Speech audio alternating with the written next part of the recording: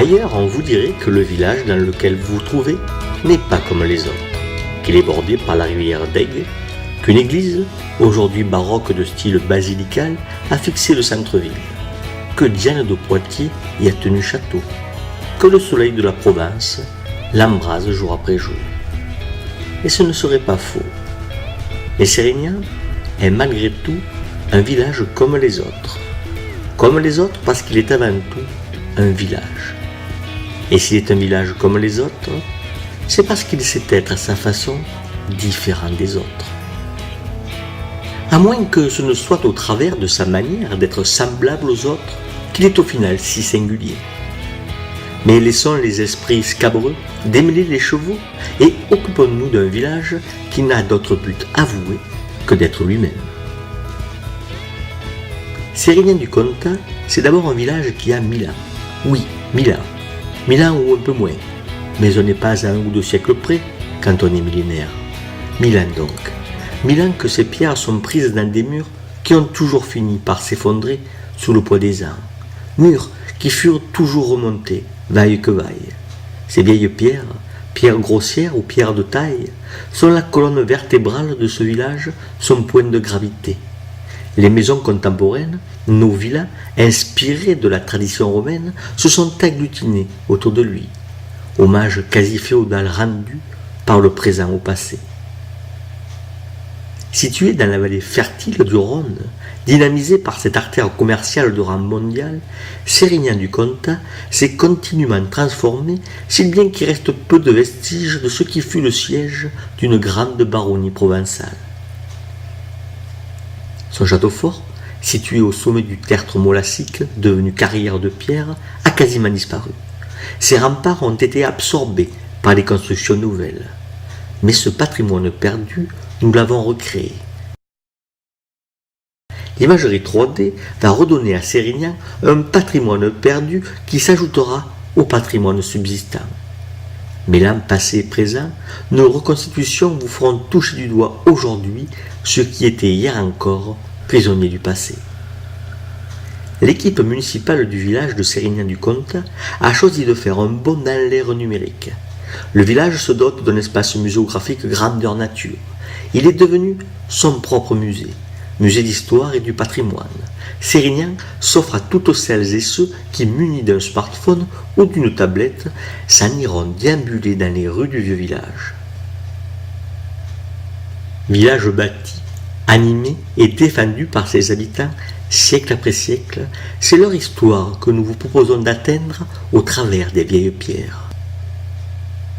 Cherchez les QR codes, flashez et nous ferons le reste. Sérignan-du-Comtat, c'est aussi 2 sites de découverte. Le Naturoptère, où vous découvrirez, au sein d'un bâtiment écologique, la vie et les mœurs des insectes qui furent la passion de Jean-Henri Fabre, dont la statue à son effigie orne l'entrée de l'espace. Si l'on s'intéresse ici aux insectes, la nature y tient une place de choix. Et c'est ce que l'on vous raconte là, que les interactions multiples qui tissent le complexe de la vie sont si nombreuses et si difficilement pénétrables qu'il vaut mieux en prendre le plus grand soin. Et c'est en face le Naturoptère que se trouve l'autre haut lieu de la culture sérignanaise avec l'Armas, dépendance du Muséum national d'histoire naturelle, s'il vous plaît. Installé dans la demeure du célèbre entomologiste, dont une autre statue a été installée au cœur du village, l'Armas offre aux curieux un autre espace muséographique, celui-ci étant dédié aux travaux de Jean-Henri Fabre. Voilà un homme qui fut vagabond, directeur d'école et qui a fini par s'installer dans une maison isolée à quelques centaines de mètres des premières maisons du village, un homme qui étudiait les bestioles qu'on écrasait avec dégoût sous la semelle des souliers.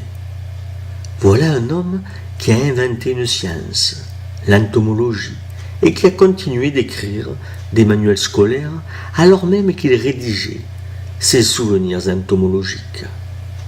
Rien plus que cela ne pouvait illustrer la profonde vénération que Jean-Henri Fabre avait pour la vie et sa face la plus intense, la jeunesse.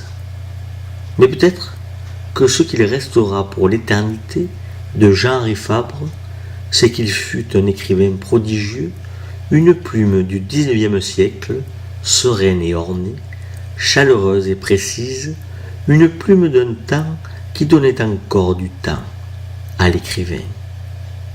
C'est à Jean-Henri Fabre que nous laisserons le soin de mettre un point final à ce teaser. Voici les premières lignes du premier tome des souvenirs entomologiques de Jean-Henri Fabre. Les choses se passèrent ainsi. Nous étions 5 ou 6, moi le plus vieux, leur maître, mais encore plus leurs compagnons et leurs amis. Eux, jeunes gens à cœur chaleureux, à riante imagination, débordant de cette sève printanière de la vie qui nous rend si expansifs et si désireux de connaître. Devisant de choses et d'autres, par un sentier bordé d'yèbles et d'aubépines, où déjà le cétoine doré s'enivrait d'amères senteurs sur les corymbes épanouis, on allait voir si le scarabée sacré avait fait sa première apparition au plateau sablonneux des Angles et roulait sa pilule de bouse, image du monde pour la vieille Égypte. On allait s'informer si les eaux vives de la base de la colline n'abritaient point, sur leur tapis de lentilles aquatiques, de jeunes tritons dont les branchies ressemblent à de menus rameaux de corail.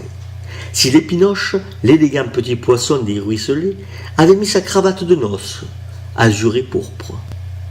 Si, de son aile aiguë, l'hirondelle, nouvellement arrivée, effleurait la prairie, pourchassant les tipules qui sèment leurs œufs en dansant. Si, sur le seuil d'un terrier creusé dans le grès, le lézard ocellé était au soleil, sa croupe constellée de taches bleues. Si la mouette rieuse, venue de la mer à la suite des légions de poissons qui remontent le Rhône pour frayer dans ses eaux, planait par bandes sur le fleuve en jetant par intervalles son cri pareil à l'éclat de rire d'un maniaque. Mais tenons-nous-en là.